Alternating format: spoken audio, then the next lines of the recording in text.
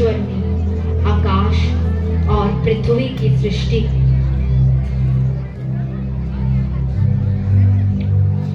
और परमेश्वर ने कहा उजियाला हो, और उजियाला हो गया।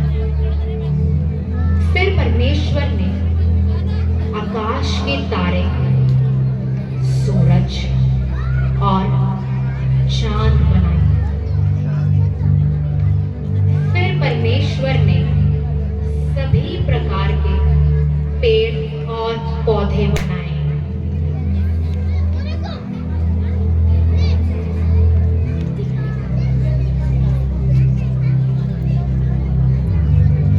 फिर परमेश्वर ने सभी प्रकार की पक्षियां,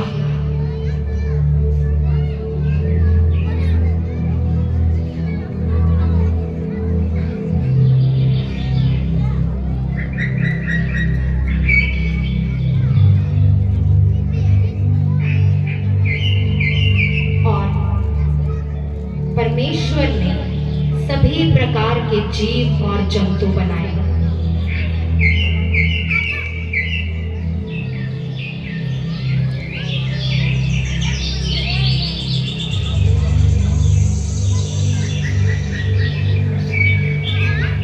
उसके बाद परमेश्वर ने अपने स्वरूप में मनुष्य की सृष्टि की और आदम और हव्वा बनाए।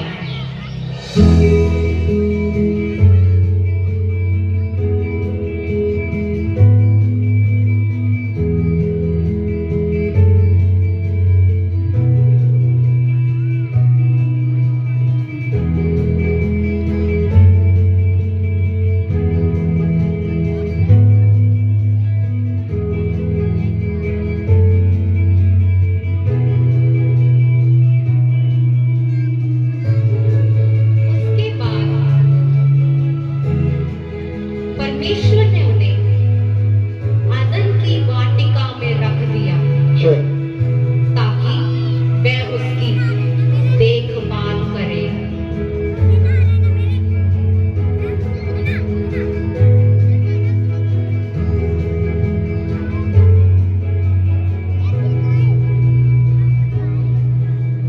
परमेश्वर ने आदम और हव्वा को आदन की वाटिका के हर एक पेड़ से फल खाने की अनुमति दी, लेकिन उन्हें यह भी चेतावनी दी कि वे भले और बुरे के ज्ञान के पेड़ से फल ना खाएं।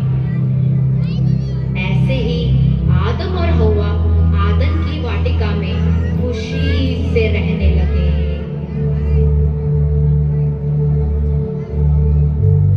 लेकिन एक दिन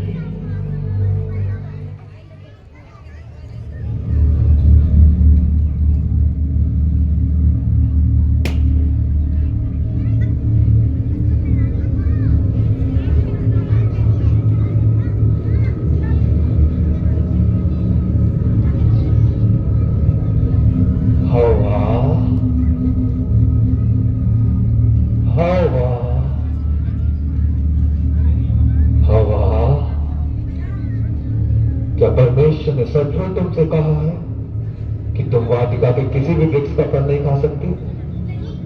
परमेश्वर ने ऐसा नहीं कहा। हम इस वाटिका के हर एक वृक्ष का फल खा सकते हैं, लेकिन ये जो वृक्ष है भले और बुरे के ज्ञान का, इस वृक्ष का फल खाने के लिए परमेश्वर ने हमें मना किया। यदि हम इस वृक्ष का फल खाएंगे तो हम निश्चय ही मर जाएंगे।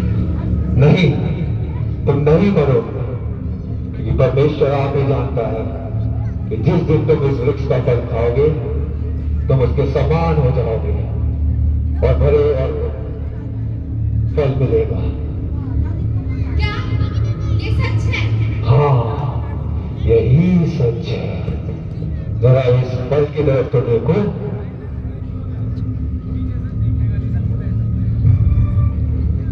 ये तो दिखने में भी बहुत सुंदर है और खाने में भी बहुत स्वादिष्ट लग रहा है। खाओ, खाओ हवा, खाओ। आदम कहाँ है?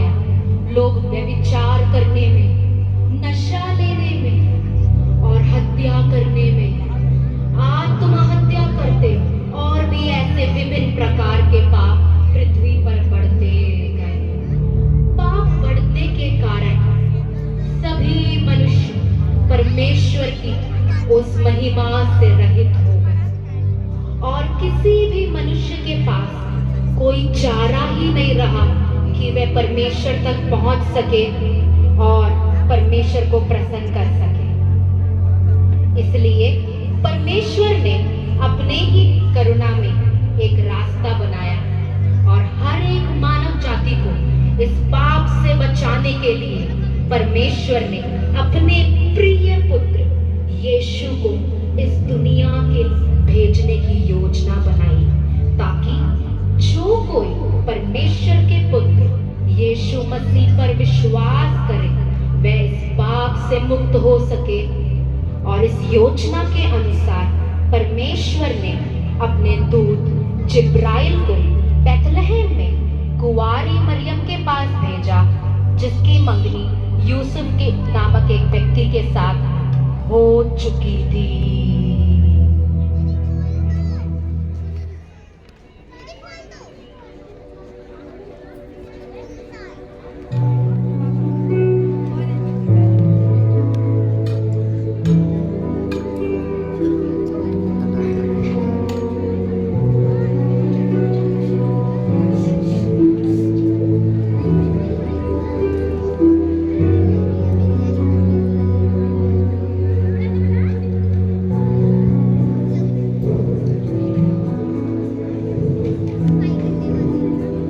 मरियम आनंद है कि हो परमेश्वर का अनुग्रह तुझ पर, प्रभु तेरे साथ। ये किस प्रकार का अभिवादन है?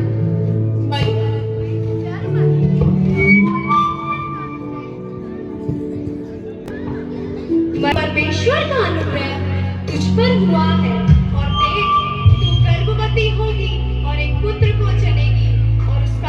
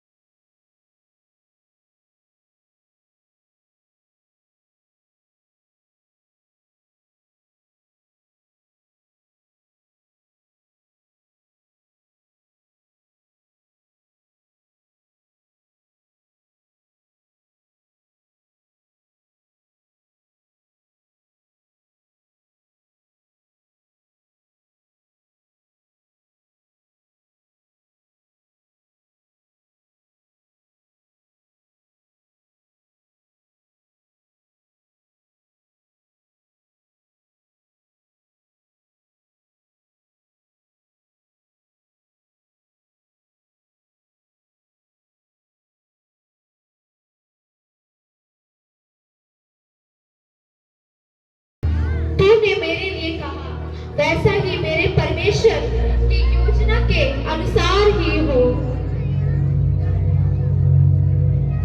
और इस प्रकार मरियम को स्वर्गदूत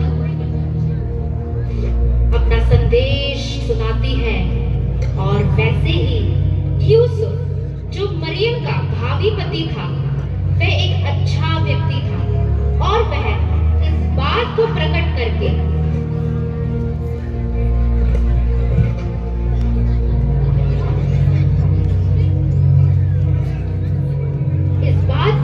करके मरियम को लोगों के सामने बदनाम करना नहीं चाहता था। इसलिए उसने चुपके से मरियम को त्याग देने का सोचा।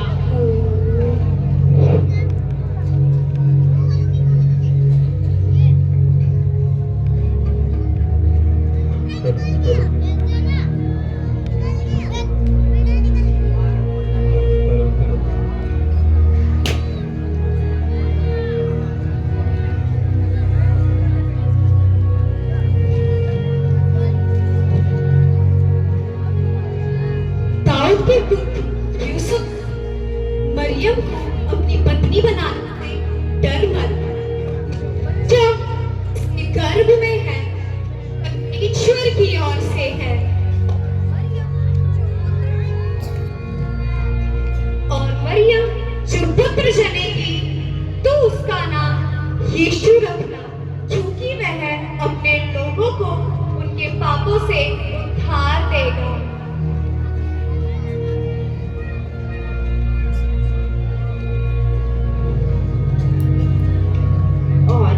यूसुफ जब नींद से जागा तो उसने वही की जो परमेश्वर के दूत ने उसे कहा था।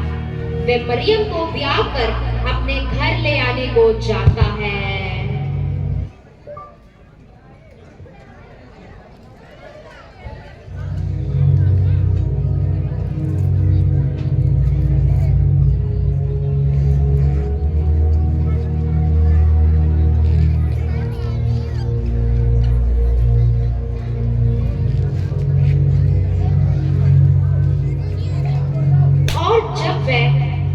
पुत्र जन्मती है तो यूसुफ उसका नाम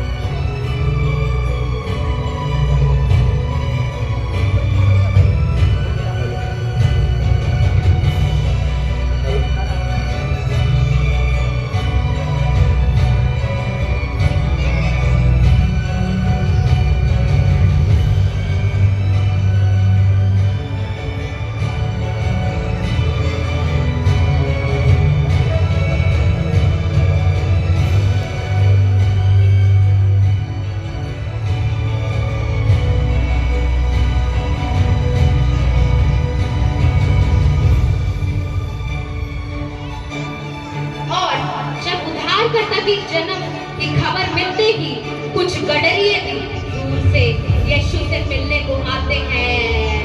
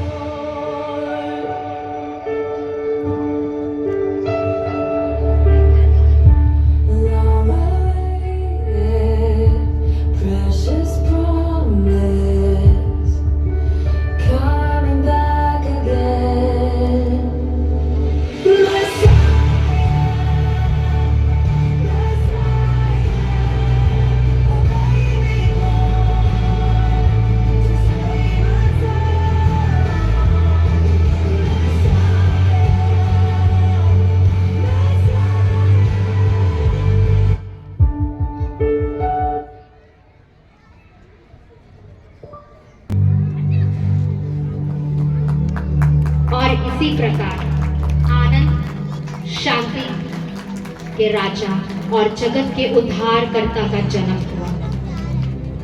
और अब लगभग 30 वर्ष बीत चुके थे और यीशु मसीह अब बड़े हो चुके थे और वह बुद्धि और ढील डोल में क्या और मनुष्य के और परमेश्वर के प्रेम में वो बढ़ते गए और उन्होंने अपनी सेवकाई प्रकटीकरण की सेवकाई प्रकटित रूप में अपनी सेवकाई उन्होंने शुरू कर दी और कुछ ऐसे काम चमत्कार करने शुरू किए जैसे रोगियों को चंगा करना और मुर्दों को जिलाना, इस प्रकार के।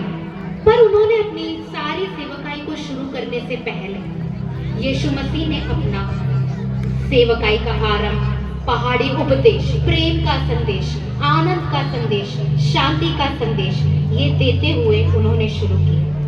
तो उनकी सेवकाई के बारे में और यीशु आगे क्या हुआ सब कुछ अगर हमें जाना है, जानने के लिए हमें क्या करना पड़ेगा, हमें वो पहाड़ी इलाके की ओर जाना पड़ेगा।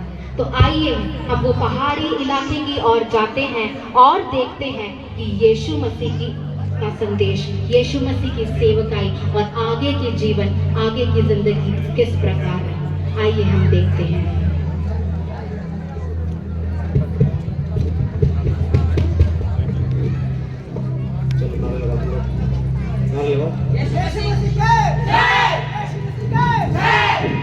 धन्य है वे जो मन के दीन हैं, क्योंकि स्वर्ग का राज उन्हीं का है। धन्य है वे जो दयावंत हैं, क्योंकि उन पर भी दया की जाएगी। धन्य है वे जो धर्म के भूखे और प्यासे हैं, क्योंकि वह तृप्त किए जाएंगे।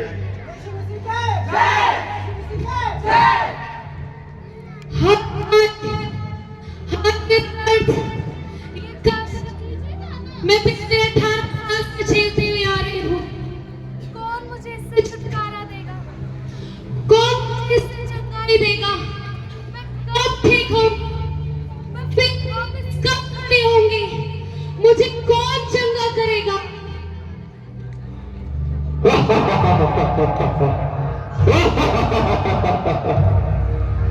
देखो, इसे मैंने पिछले 18 साल से बीमारी मान रखा।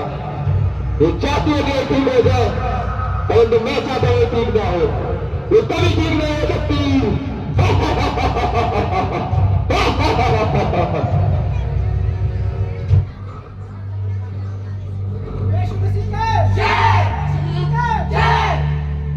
हे नारी, जा, तू इस बीमारी से आजाद हुई। ये देखो, मैं खड़ी हो सकती हूँ, मैं चल सकती हूँ, मैं चल सकती हूँ, मैं उछल सकती हूँ।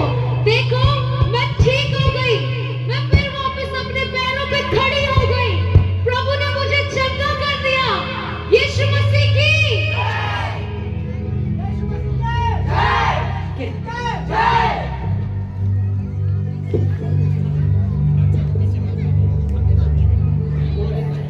और ऐसे ही यीशु मसीह चमत्कार, अद्भुत चमत्कार करते रहे।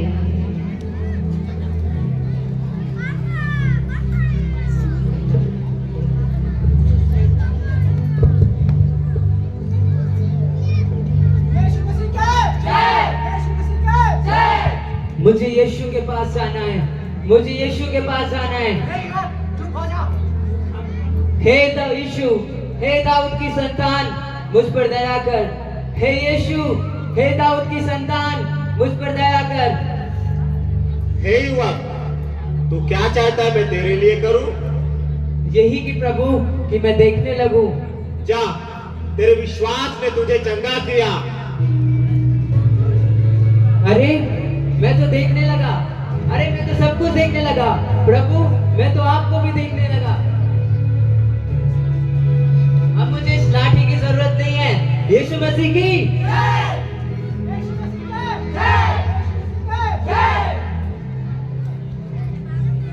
और इन चमत्कारों को देखकर शैतान को गुस्सा आया और उसने यीशु मसीह के खिलाफ लोगों को भड़काना शुरू किया।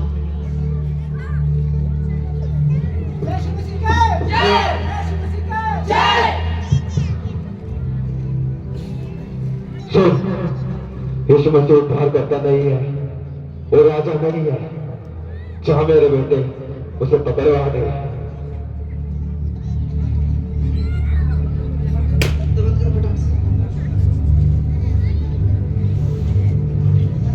और ऐसे ही वो भड़काने का काम करता गया और उसके भड़काने का काम उस राजा के महल तक पहुंच गया।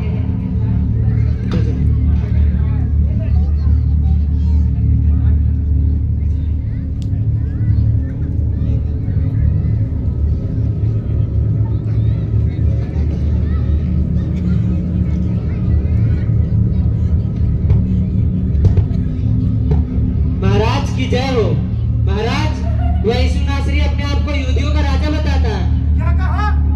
कौन है जो अपने आप को राजा बताता है? महाराज, बेटा क्या सचमुच उसने ऐसा कहा? महाराज, सैनिक, जी हुजूर। फैसले कराओ। जैसी आपकी आज्ञा महाराज।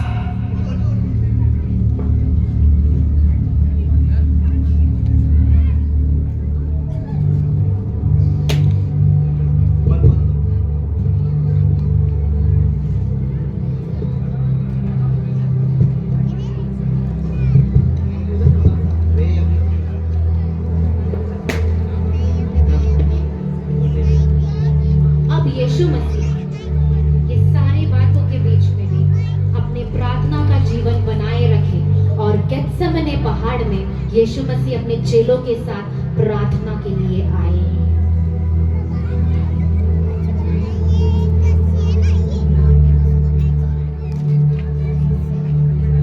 और जैसे ही उन्होंने प्रार्थना करके उठे, उन्होंने अपने तीनों चेलों को सोते हुए पाया। उन्होंने उन्हें जगाया।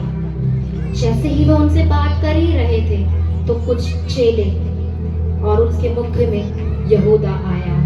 यहूदा, क्या तू मुझे चुम्बन लेके पकड़वाने आया है? नहीं नहीं। और यहूदा के आते ही कुछ सैनिक भी उसके संग आए। सैनिकों, घेरो।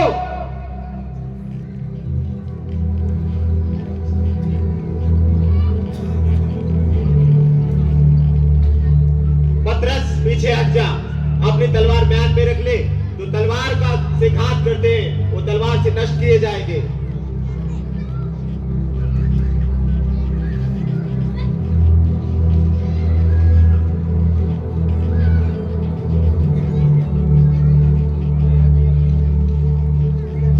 अब इन चेलों ने और ये जो यहूदा के पकड़वाने के द्वारा, धोखा देने के द्वारा यीशु मसीह को सभी सिपाहियों ने गिरफ्तार कर राजा के सामने पेश किया।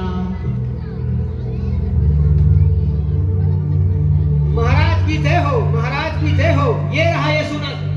क्या तू यहूदियों का राजा है? वो आप ही कहता है मैं यहूदियों का राजा हूँ। इसका दोष बताया जाए। महाराज, ये अपने आप को यहूदियों का राजा बताता है और कहता है मुझे पाप क्षमा करने का अधिकार है। लेकिन मैं इसमें कोई दोष नहीं पाता। महाराज, ये अपने आप को परमेश्वर का पुत्र बताता है और कहता है दाहिनी ओर बैठूंगा। क्या तू परमेश्वर का पुत्र है? हाँ, मैं परमेश्वर का पुत्र हूँ और पिता के दाहिनी ओर बैठूंगा। देखा महाराज, इसने क्या कहा? ये अपने आप को मसीहा बताता है। इसे सजा मिलनी चाहिए। परंतु मैं इसमें दोष नहीं पाता। सिर्फ इसे कोड़े लगा के छोड़ दिया जाए। परंतु मैं इसमें दोष नहीं पाता। इस निर्दोष का लहू तुम और तुम्हारी संतानों के ऊपर होगा। सैनिक, मैं जाता हूं, तुम ही लोग जा दो।